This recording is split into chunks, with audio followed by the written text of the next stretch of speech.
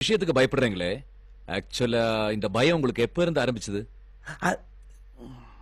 அது நினைக்கத்தான் பயமா கிடக்குது டாக்டர். எதுக்கு நினைக்கிறீங்க? நினைச்சு பார்க்காம சொல்லுங்க.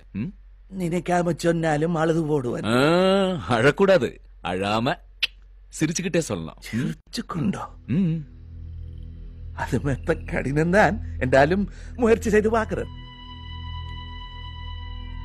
சின்னன்ல எல்லாரும் இந்த தைரியமான பிள்ளை என்றுதான் சொல்லுவேன். நானும் அப்படித்தான் இருந்தேன். அந்த நாளில எங்கட ஊர்ல ஒரு கலவரம் வந்தது. என்ன கலவரம் என்று அன்றைக்கு எனக்கு விளங்க இல்ல, இன்னும் விளங்க இல்ல. திடீரென்று ஒரு நாள் ஆகாயத்திலிருந்து கூரையை பிச்சு கொண்டு வீட்டுக்குள்ள நெருப்பு துண்டங்கள் மாறி வந்து விழுந்தது. செல்லடிக்கிறாங்கள் என்று கூவிக்கொண்டு அம்மாவும் அப்பாவும் என்ற கையை பிடிச்சு கொண்டு வீட்டுக்கு வெளியில வாஞ்சவங்க. அப்பா ஒரு நெருப்பு துண்டு அப்பாவின் காலில வந்து பட்டு கால் துண்டாடி போட்டு ஒற்றே ரத்தம்.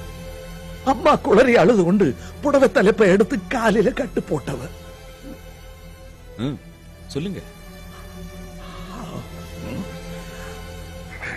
அந்த நேரம் பார்த்து இடும்பு தொப்பியும் கையில துப்பாக்கியுமாக 4-5 பேர் அங்க வந்தவங்க.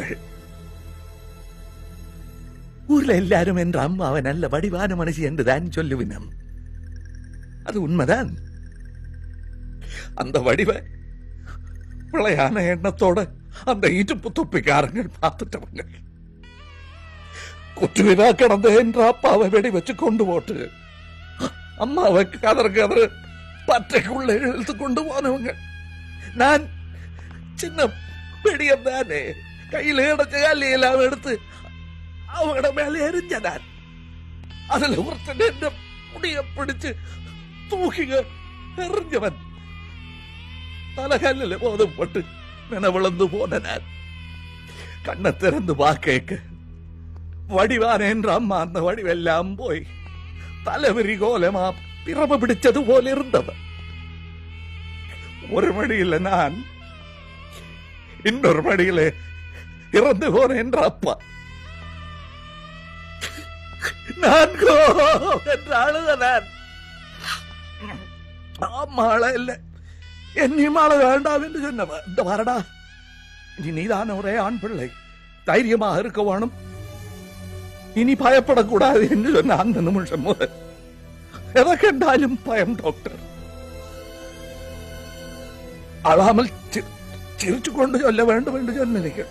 அழுது போட்டேன், சாரி. அதுக்கு பிறகு ஒரு பிரச்சனையில அம்மாவும் போட்டார். நீ பார்த்தா பறக்கிற பாத மறக்கிற பேச்சு குறைக்கிற சட்டின்னு தான் நானே காசிருக்கிற நாக்கு கடிக்கிற சோக்கா நடிக்கிற பட்டின்னு தான். இந்த ஒரு படத்துல பொண்ணுங்களை கூட தொடாம நடிப்பாரு அந்த டிஆர் நடிச்சாடா. அதே படத்துல தொட்டு உதட்ட கடிச்சு இழுக்கிற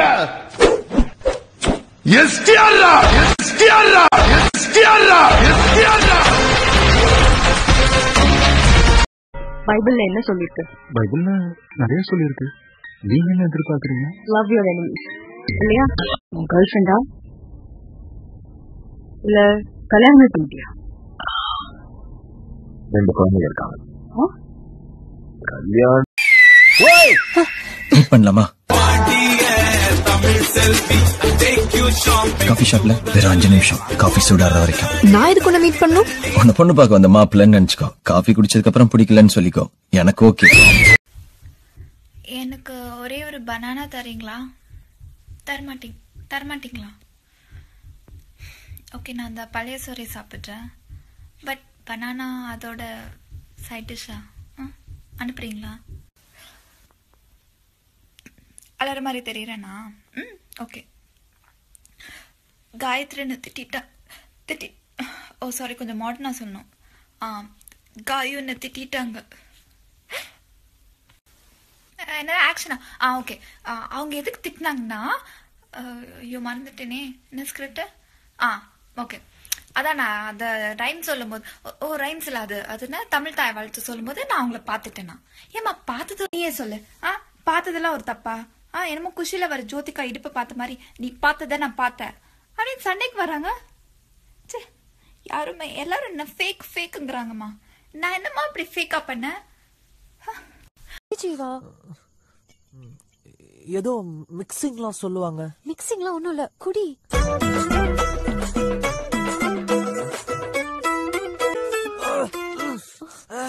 என்ன என்ன என்ன சைடு டிஷ்ஷா?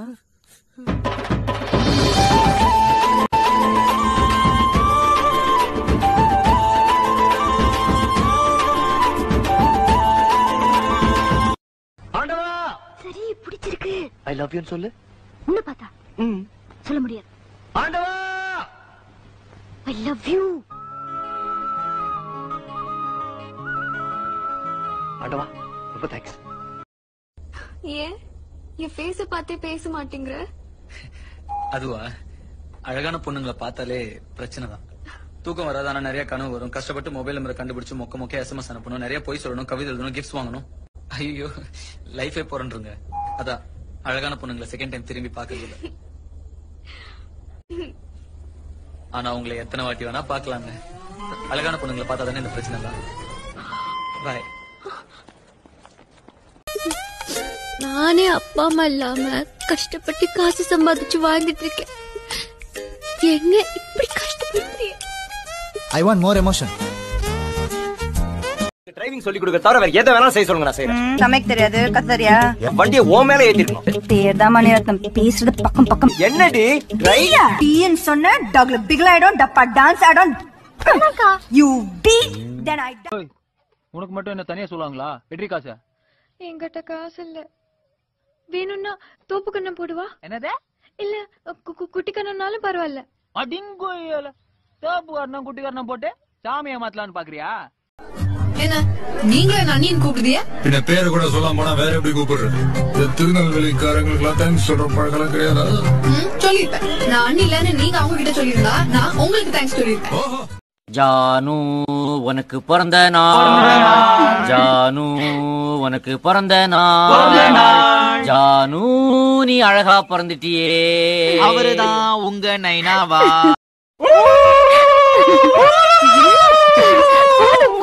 ஓகே, எல்லாத்தையும் ஊதிட்டு கேக் கட் பண்ணு. கமான் சீக்கிரம் ஊதி ஜானு. ஜானு, நீ அவ்வளவையும் ஊதி அணைக்கிறதுக்குள்ள உனக்கு அடுத்த பர்த்டே வந்துரும். அதனால நீ இந்த ஃபேன் சுவிட்ச் மட்டும் ஆன் பண்ணுமா போதும்.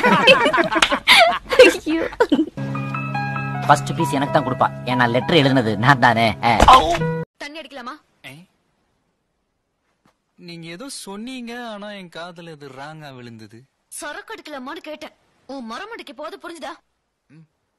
சொல்லுங்க சார். அதாங்க எங்க அப்பாவோட அப்பனோட அப்பா பண்ணும், இந்த பூவோட அப்பனோட அப்பா பண்ணும் ஒப்பந்தம் போட்டுட்டானுங்க.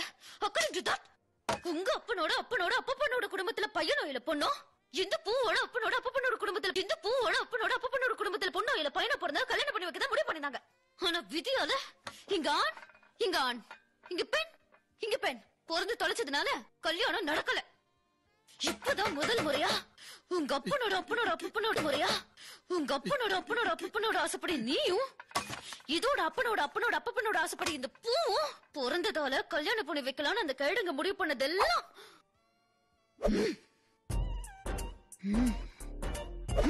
நான் 15 வயசுலயே வயசுக்கு வந்த பொண்ணு இப்ப 21 ஆகுது.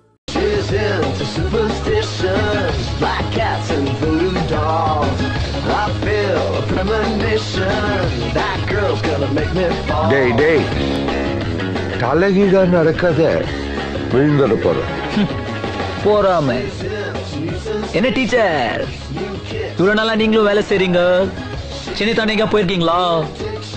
No, me going man. Aeroplane, Australia. Spelling தெரியுமா? Country bros. My money my அண்ட்ராயர் ஃபாரின் பிராண்ட். கோணம் கேட்ட உனக்கு எங்க தெரியும்? என்னது Selamat datang. செல்லமா தட்டவா Selamat datang. இதுக்கு தானே நான் ஆளுகிற திரும்ப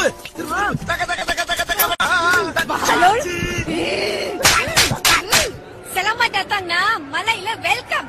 புரியல? ஏதோ பேசுறீங்க. உங்களுக்கு எதுவும் ஆகாது. அப்படியே ஏதாவது ஆச்சுன்னா நாங்க உங்களுக்கு பாராசூட் தருவோம். Okay sir. உயிர் போற நேரத்துல தேங்காய் எண்ணெய் வச்சு நாங்க என்ன பண்றது?